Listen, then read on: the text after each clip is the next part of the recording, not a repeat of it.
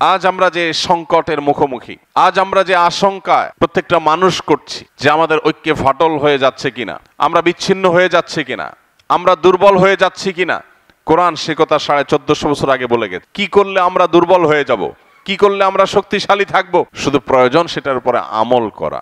আমাদের মতো দুর্বল দেশের মানুষগুলোকে ভিনদেশীরা, বিজাতিরা তারা আমাদেরকে বিভক্ত করে এবং ডিভাইড অ্যান্ড রোল গেম তারা খেলে আমাদের ব্যাপারে। আমরা জানি সবাই, কিন্তু এরপরও আমরা ফাঁদে পা দেই। আমাদের মধ্যে তারা বিভক্তি সৃষ্টি করে সেখানে সে তারা মোড়লগিরি মাতবরি করে এবং আমরা কোমরটা সোজা করে আজও পর্যন্ত 50 বছর বয়স হয়েছে আমাদের, এই দেশটা আমরা এখনো দাঁড়াতে পারি নাই। এর অন্যতম কারণ হলো আমাদের এই বিভক্তিগুলো, এই বিরোধগুলো, আমাদের এই পারস্পরিক যে লড়াই, এটা আমাদেরকে এগোতে দেয়। ভিন্ন মতের মানুষদের সাথে থাকতে গেলে, কাঁধে কাঁধ মিলিয়ে ঐক্যবদ্ধ থাকতে গেলে ধৈর্য ছাড়া, সবর ছাড়া কোনোদিনই সম্ভব নয়। কারণ অনেক কিছু চোখে পড়বে, অনেক কিছু মাথায় আসবে, যেগুলো দেখে হয়তো রিয়্যাক্ট করতে মনে চাইবে, আর সে রিয়্যাক্টটা হয়তো ঐক্যের মধ্যে ফাটল ধরাতে পারে। এই জন্য আল্লাহ বলেছেন ওয়াসবিরু, তোমরা ধৈর্য ধারণ করবে, ইন্নাল্লাহা মাআস সাবিরিন, কারণ আল্লাহ তাআলা ধৈর্যশীলদের সাথে। এই আয়াতটি যেন আমাদের আজকের বর্তমান প্রেক্ষাপটেই নাজিল হয়েছে, যেন আজকেই আল্লাহ তাআলা আয়াত নাজিল করেছেন। আয়াতটার অর্থের দিকে যদি আমরা লক্ষ্য করি, আবারও দেখব আল্লাহর আনুগত্য, রাসূলের আনুগত্য করা, ভালো কাজ করা, সেগুলো আপন জায়গায় করতে হবে, কিন্তু এগুলো করার পাশাপাশি আরেকটা জিনিস এডিশনালি আমাদের করতে হবে, তা হলো কোনোভাবে নিজেদের মধ্যে বিবাদ বিতণ্ডায় লিপ্ত হওয়া যাবে না। এটা একেবারে একটা পারিবারিক পর্যায় থেকে নিয়ে রাষ্ট্র বা আন্তর্জাতিক পরিমণ্ডল পর্যন্ত প্রত্যেকটা ক্ষেত্রের জন্য সমানভাবে প্রযোজ্য। একটা পরিবার যদি সুসংহত, সুসংগঠিত, শক্তিশালী এবং ভালো অবস্থানে থাকতে চায়, তাহলে পরিবারের সদস্যদের মধ্যে, ভাই বোনদের মধ্যে, স্বামী স্ত্রীর মধ্যে ভিন্ন ভিন্ন মত থাকা সত্ত্বেও ঐক্যবদ্ধ থাকার চেষ্টা করতে হবে। পরস্পর প্রতি শ্রদ্ধাশীলতা, এটার চর্চা করতে হবে, তা না হলে কোনোদিন একটা পরিবার সুসংহত থাকতে পারে না। ঠিক একইভাবে একটা মসজিদ ভিত্তিক মহল্লা, একটা মসজিদ ভিত্তিক সমাজ, এটা সমাজের মধ্যে আদর্শ সমাজ হতে পারবে, নিজেদের অবস্থানকে শক্তিশালী করতে পারবে যদি নিজেদের মধ্যে বিভিন্ন বিষয়ে মতভিন্নতা থাকবে, থাকাটাই স্বাভাবিক। সেই মতভিন্নতা থাকা সত্ত্বেও যদি একে অন্যকে ধারণ করে, একে অন্যের প্রতি রেসপেক্ট করে, একে অন্যের ভালো গুণগুলোকে দেখে খারাপগুলোকে ইগনোর করে যদি পাশে একে অন্যের থেকে চলতে পারেন, তাহলে সেই মসজিদ মহল্লা এটা হবে আদর্শ মসজিদ মহল্লা। তাদের হবে সামাজিক অবস্থান অনেক শক্তিশালী। ঠিক একইভাবে একটি রাষ্ট্র তখনই শক্তিশালী হবে যখন রাষ্ট্রের ভিন্ন ভিন্ন বহু মত, বহু পথের মানুষগুলো তারা পরস্পরের প্রতি শ্রদ্ধাশীল থাকে, কেউ কাউকে খোঁচাখুচি না করে, কেউ কাউকে আঘাত না করে, বিভিন্ন মতের মানুষদেরকে ধারণ করতে পারে। এই জিনিসটা করা ছাড়া একটা রাষ্ট্র কখনো শক্তিশালী বা সুসংহত অবস্থানে যেতে পারে না। এই যে আল্লাহ তাআলা বলেছেন ওয়ালা তানাজাউ, তোমরা পরস্পরের মধ্যে বিতণ্ডা, ঝগড়া, বিবাদে লিপ্ত হইও না, যদি হও ফাতাফশালু, তাহলে তোমরা ব্যর্থ হয়ে যাবে, জাতি হিসাবে তোমরা ব্যর্থ হয়ে যাবে। ঈমানদারদেরকে বিশেষ করে আল্লাহ তাআলা লক্ষ্য করে বলেছেন, এটি সবার জন্য প্রযোজ্য, যে কেউই যদি নিজেদের মধ্যে বিতণ্ডা লিপ্ত হয় তাহলে তারা ব্যর্থ হয়ে যাবে, তারা হেরে যাবে, তাদের অস্তিত্ব তারা টিকাতে পারবে না, এবং এর ফলশ্রুতিতে তাদের শক্তিটা এটা শেষ হয়ে যাবে, বাতাস ফুরিয়ে যাবে। আর এটার জন্য প্রয়োজন হয় সবরের, ধৈর্যের।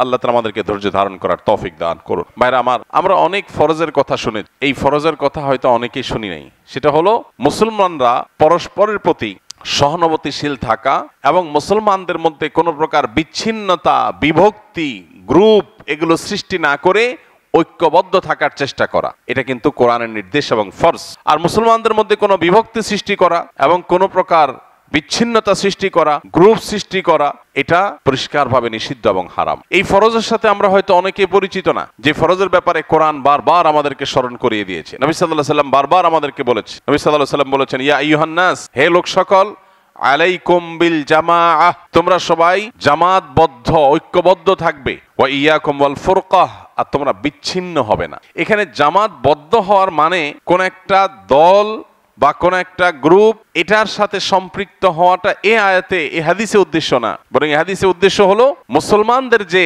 মৌলিক আদর্শ আছে, মুসলমানদের সাধারণ যে চিন্তা এবং দর্শন আছে, সেই মুসলমানদের সাধারণ স্রোত, ফ্লো, এটার বাইরে না যাওয়া। সেই সাধারণ স্রোতের মধ্যে থেকে আমরা বিভিন্ন প্ল্যাটফর্ম গড়ে তুলতে পারি, বিভিন্ন সংগঠন হতে পারে, বিভিন্ন প্রতিষ্ঠান হতে পারে, বিভিন্ন অর্গানাইজেশন হতে পারে, বিভিন্ন মুভমেন্ট হতে পারে। প্রত্যেকে যার যার চিন্তাধারা, প্রত্যেকে যার যার আদর্শ, তিনি যেটাকে সঠিক মনে করছেন সেটার আলোকে যে পদ্ধতিতে কাজ করলে ইসলাম এবং মুসলিমদের স্বার্থ রক্ষা হবে বলে মনে করছেন, সেই পদ্ধতি তিনি আগালেন। এবং এর বাইরে অন্য কোনো পদ্ধতির সাথে তার ভিন্ন মত থাকতে পারে, সেটাও তিনি নিয়মতান্ত্রিক যথাযথভাবে বললেন, এতে কোনো দোষ নেই এবং এইভাবে সুসংগঠিত থাকতেও নিষেধ নাই।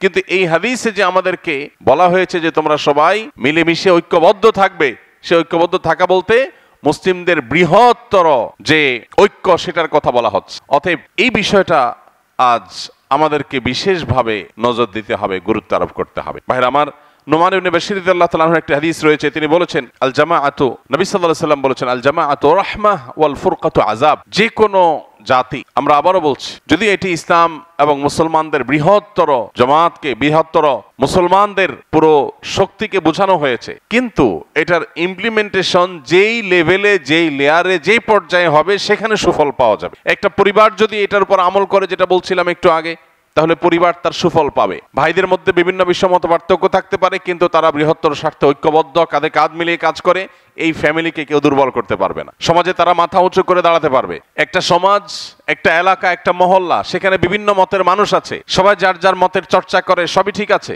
কিন্তু এরপরও মহল্লার বৃহত্তর স্বার্থে তারা সবাই ঐক্যবদ্ধ হয়ে কাজ করে, এদেরকেও কেউ দমিয়ে রাখতে পারবেন। ঠিক একইভাবে একটা জাতির উন্নতি, অগ্রগতি, সফলতার চূড়ান্ত শর্ত হলো তাদের ঐক্যবদ্ধ থাকা, বিভিন্ন মত এবং পথের মানুষদেরকে ধারণ করতে পারা, প্রত্যেকের যার যার মতের চর্চা করা সত্ত্বেও বৃহত্তর স্বার্থে ঐক্যবদ্ধ থাকা, এবং ঐক্যে ফাটল ধরতে পারে, ঐক্য নষ্ট হতে পারে সেরকম কথা, সেরকম কাজ পরিহার করা। বৃহত্তর জনগোষ্ঠীর বাইরে, বৃহত্তর জনগোষ্ঠীর চিন্তাধারার বাইরের কোনো কিছুকে পুশ করার চেষ্টা করলে ঐক্য বিনষ্ট হবে। এই বিষয়গুলোকে কোরআন এবং হাদিস বারবার করে অ্যাড্রেস করেছে। দেখুন, ইসলাম এমন এক শাশ্বত জীবন বিধান, আপনার জীবনে, সেটা ব্যক্তি জীবন হোক, পারিবারিক, সামাজিক, রাষ্ট্রীয় কিংবা আন্তর্জাতিক জীবন হোক, যেই কোনো পর্যায়ে আপনি কোনো সংকটে নিপতিত হবেন, আপনি কোরআন খুলবেন, সুস্পষ্ট সমাধান পেয়ে যাবেন। আজ আমরা যে সংকটের মুখোমুখি, আজ আমরা যে আশঙ্কায় প্রত্যেকটা মানুষ করছি যে আমাদের ঐক্যে ফাটল হয়ে যাচ্ছে কিনা, আমরা বিচ্ছিন্ন হয়ে যাচ্ছে কিনা,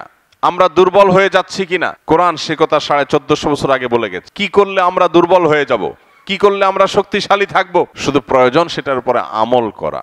আল্লাহ আমাদেরকে আমল করার তৌফিক দান করুন। ভাইরা আমার, নবী করিম সাল্লাল্লাহু আলাইহি সাল্লামের আরেকটি হাদিস সহিহ মুসলিমে বর্ণিত হয়েছে। সে হাদিসে নবী সাল্লাল্লাহু আলাইহি সাল্লাম ইরশাদ করেছেন, ইন্নাল্লাহা ইয়ারদা লাকুম সালাসা ওয়া ইয়াকরাহু লাকুম সালাসা।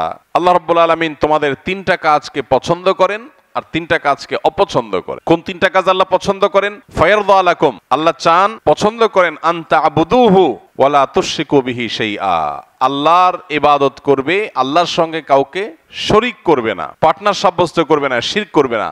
এটা হলো আল্লাহর পছন্দনীয় কাজ। দ্বিতীয়ত হলো ওয়াতাসুমু বিহাবলিল্লাহি জামিআ, আল্লাহর রশিকে সবাই ঐক্যবদ্ধভাবে আঁকড়ে ধরো, কোরআন এবং সুন্নাহকে ঐক্যবদ্ধভাবে আঁকড়ে ধরো, ইসলামকে ঐক্যবদ্ধভাবে ধারণ করো। 3 নম্বর হলো ওয়ালা তাফাররাকু, কোন প্রকার বিচ্ছিন্ন হইও না, নিজেরা বিভিন্ন গ্রুপে বিভক্ত হয়ে যেও না। এই তিনটা কাজ আল্লাহ পছন্দ করেন। আর যে তিনটা কাজ আল্লাহ অপছন্দ করেন সেগুলো কি? ওয়ায়াকরাহু লাকুম কিল ওয়া কাল ওয়াকাসরাতাস সুআল ওয়া ইযাআতাল মাল। আর যে তিনটা কাজকে আল্লাহ অপছন্দ করেন তার প্রথম হলো কিল ও কাল, কোনো অথেন্টিক সোর্স ছাড়া কে কি বলেছে, কে কি ভেবেছে, মানুষের সম্পর্কে প্রপাগান্ডা, বিভিন্ন রকমের গুজব বা আনঅথেন্টিক সোর্স থেকে পাওয়া তথ্যের ভিত্তিতে মন্তব্য করে বেড়া, এটা আল্লাহ অপছন্দ করেন, এটা আল্লাহ পছন্দ করেন না। আর সোশ্যাল মিডিয়ার চতুর্দিকে দেখবেন এটার সয়লাভ চলছে, কে কি বলছে, কে কি ভাবছে, কার উদ্দেশ্য কি ছিল, অহেতুক এই সমস্ত বিষয়গুলো পেছনে পড়ে থাকা, এটা আল্লাহ পছন্দ করেন। দ্বিতীয়ত হলো ওয়াকাসরাতাস সুআল, বেশি বেশি প্রশ্ন করা, বেশি বেশি ইতিবাচক পজিটিভ যথাযথ প্রশ্ন করলে সেটা নিন্দনীয় নয়, কিন্তু এখানে বেশি বেশি প্রশ্ন বলতে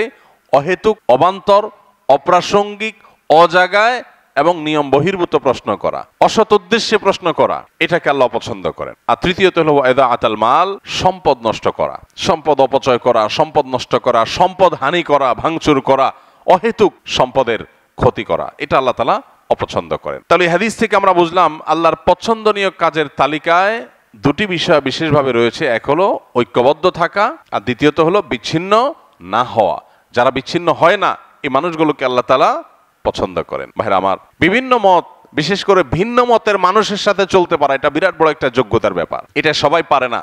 আপনার সাথে আমার বিভিন্ন বিষয়ে মত পার্থক্য আছে, এরপরও আপনার সাথে আমি ঐক্যবদ্ধভাবে কোনো কাজ করতে পারছি, এটা হলো বিশাল বড় যোগ্যতার ব্যাপার। এই যোগ্যতা অর্জন করা ছাড়া পৃথিবীতে কেউই পরিপূর্ণভাবে সাকসেস হতে পারে না। আপনি একটা ব্যবসা পরিচালনা করবেন, আপনার ব্যবসায়িক পার্টনারের সাথে আপনার বিভিন্ন বিষয়ে মতভিন্নতা থাকতে পারে। আল্লাহ তাআলা বিভিন্ন রুচি দিয়ে মানুষকে সৃষ্টি করেছেন, কিন্তু এরপরও আপনার ব্যবসার স্বার্থে তার সাথে ঐক্যবদ্ধ থাকতে পারাটা এটা একটা যোগ্যতার ব্যাপার। এই যোগ্যতা যদি উভয় পার্টনার বা সব পার্টনারদের মধ্যে না থাকে তাহলে তারা সাকসেস হয় না। ঠিক একইভাবে একটা রাষ্ট্র, একটা সমাজ, এটা গঠন করতে গিয়ে সমাজের সমস্ত সদস্যরা, মানুষগুলো তারা যদি ঐক্যবদ্ধ না থাকে, তাদের নেতৃবৃন্দ যদি তাদেরকে ঐক্যবদ্ধ রাখতে না পারেন, বিশেষ করে জাতীয় স্বার্থে, তাহলে সেই জাতি সারা জীবন বিদেশিদের, ভিন দেশিদের, ভিন ধর্মের, ভিন জাতির গোলামি করা ছাড়া তাদের কপালে আর কিছু জুটতে পারেন। আল্লাহ রাব্বুল আলামিন আমাদেরকে ঐক্যবদ্ধ থাকার গুরুত্বকে বোঝার তৌফিক দান করুন।